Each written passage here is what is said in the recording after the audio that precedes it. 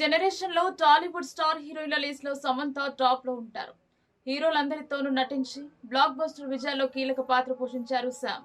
2010లో ఏమై చేసావే చిత్రంతో టాలీవుడ్ లో మొదలైన ఆమె ప్రస్థానం ఆ తర్వాత బృందావనం, దూకుడు, ఈగ, సీతమ్మ వాకిట్లో సిరిమల్ల చెట్టు, అత్తారింటికి దారేది ఇలా వరుసగా బ్లాక్ బస్టర్ విజయాలను అందుకున్నారు. తెలుగుతో పాటు అటు తమిళంలోనూ పలు హిట్ చిత్రాల్లో నటించి తనకంటూ సెపరేట్ ఫ్యాన్స్ ను ఏర్పరచుకున్నారు.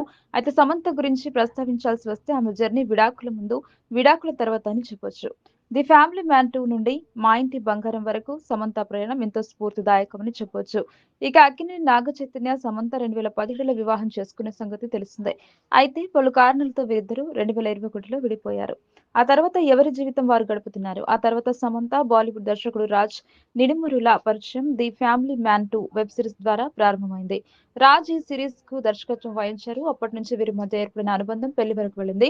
అలా గతేడాది డిసెంబర్లో రాజ్ నిడుమురును భూత శుద్ధి పద్ధతిలో వివాహం చేసుకున్నారు సమంత. ప్రస్తుతం వీరిద్దరూ తమ ప్రొఫెషనల్ లైఫ్ లో ఎంతో బిజీగా ఉన్నారు. అయితే సమంత తాజాగా కీలక వ్యాఖ్యలు చేశారు. తన విడాకులు రాజ్ నిడుమురుతో రిలేషన్ పై మాట్లాడారు.